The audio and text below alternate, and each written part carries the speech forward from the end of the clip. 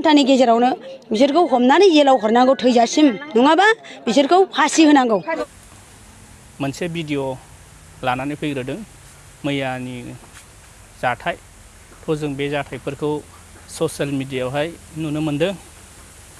थ' लोगोफोर बे जाथायफोरा मा नोंथांमोनहा गोबाङानो मिथिबाय आरो गोबाङानो मिथियाखैबो जानो हागौ।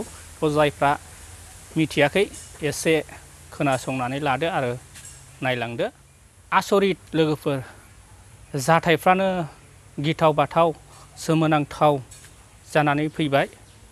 थ' जोङो नैबे सोलिबाय थानाय समफ्राव सोलिबाय थानाय मुगाफ्राव जोङो ओरैबायदि नुनो मोनदों आरो गोबां जाथायफोरबो जादों आरो माखासे आयेनफ्राबो गोरानिफ्राय गोरासिन खालामदों।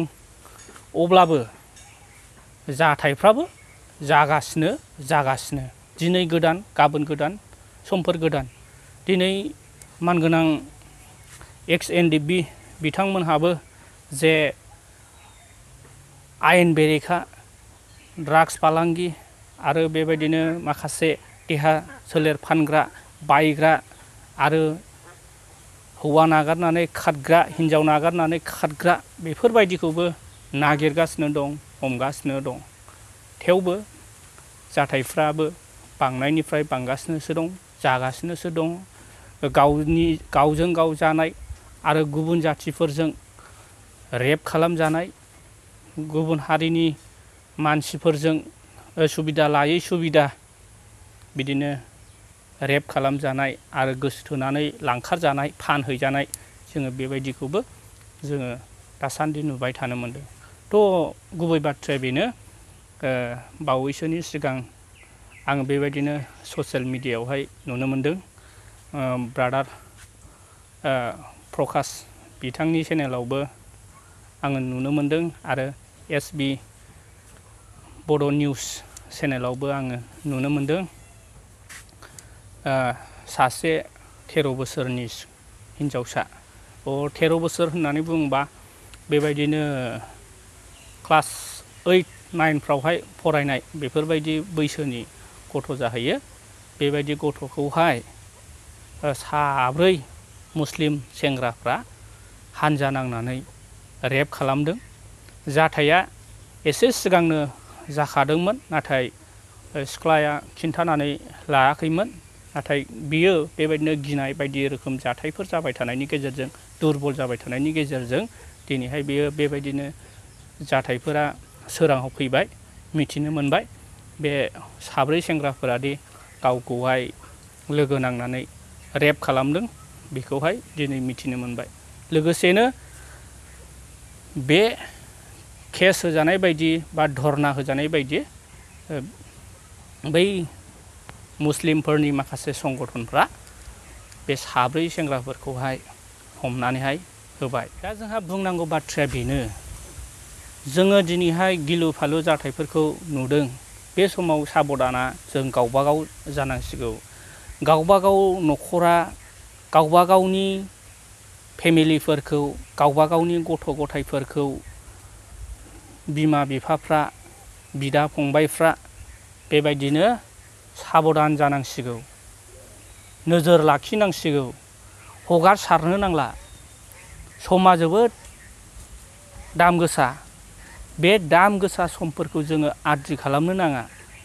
बेबायदिनो गोदाव सोराव बेरायलाबायनाय, माखासे मबाइलनि गेमफोरजों समखौ हगारनाय, गावनि फरायनांगौ समफोरखौहाय ओरैनो आद्रि खालामनाय बा गुबुन गुबुन जायगाफ्राव बेरायलाबायनाय, नैबेफोरबायदि समफोरखौहाय जोङो हगारलाबायनानै बे बेसेन गोसा समखौ जोङो आद्रि खालामनो नाङा। थ' जोंनि बिमा बिफाफ्राबो बेबायदिनो जेब्लायबो गथ'फ्रा मा जादों मा जाया, बहा थांदों, सोरजों मा मावहैदों बेफोरखौ जेब्लायबो उदिस लानो नांसिगौ। मानो होननानै बुंबा बोथोरा जोबोद गाज्रि। दिनै आंनि गथ'आ गुबुन मोनसे जायगायाव थांदों, न'आव गैया, बहा थांदों, सोरजों थांदों बेफोरखौ उदिस लानो नांगौ। बा आंनि गथ'आ दिनै न'आवहाय गैया, बहा थांखो उदिस लानांगौ। बेफोरबायदि आरो मानो होननानै बुंबा बोथोरा जोबोद गाज्रि। दिनै बे उन्दै गथ' 13 बोसोर बैसोनि गथ' जेरै साननो हनो जोबोद खम आरोखि बेफोरबायदि बैसोनि समावहाय गथ'फ्रा गावखौ मा जागोन मा बेरगोन बेफोरनि जेबो उदिस लाया।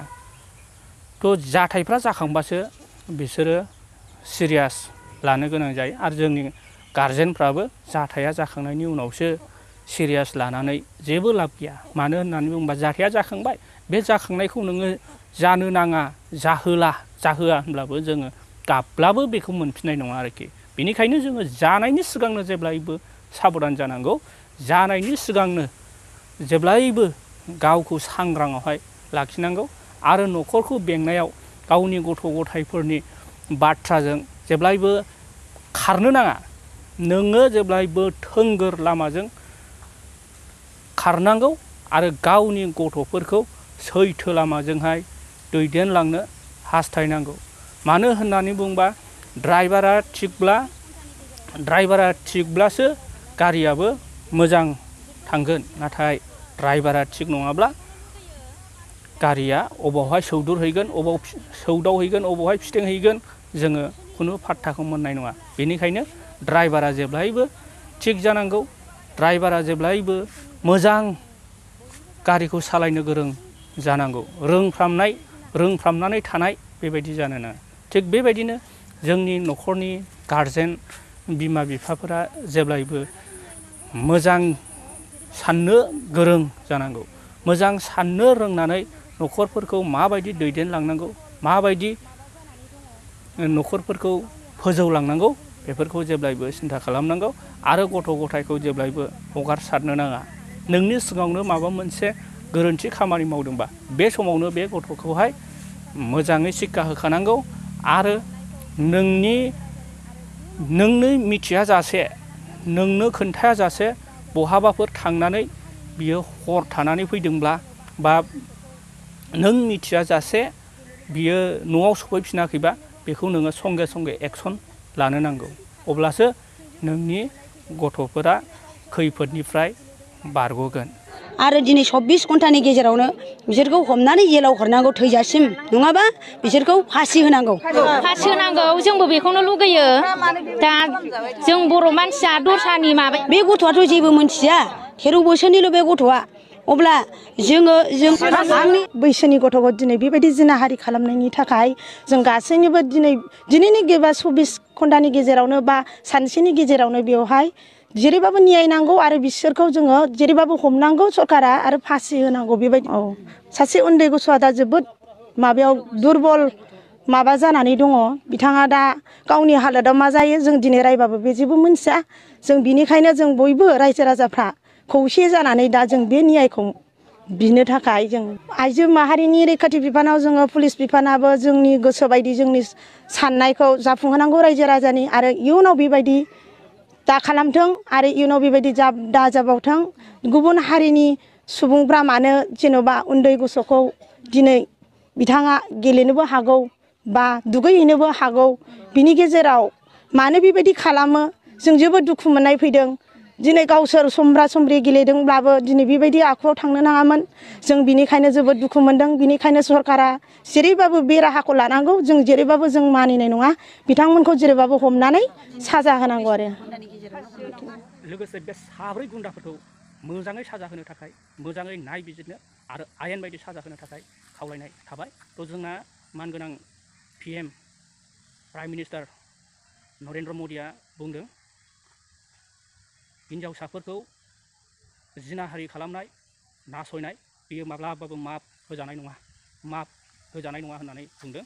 बेबायदिनो गोरोन्थि मावनायनि थाखाय बिथांमोनखौ क्षमा होननाय जिनिसखौ लाबोनो नांगौ। दिनैनि बे भिडिअखौनो लानानै आङो बे भिडिअखौ लाबोनाय जादोंमोन। थ' नोंथांमोननि सिगाङाव आङो गोरोन्थि बाथ्रा बुंफ्लांबायबा आंखौ नोंथांमोनहा निमाहा होदो। लोगोसे नोंथांमोनहा बबेया नंगौ बबेया नङा बेखौ सुद्रायनानै लालां।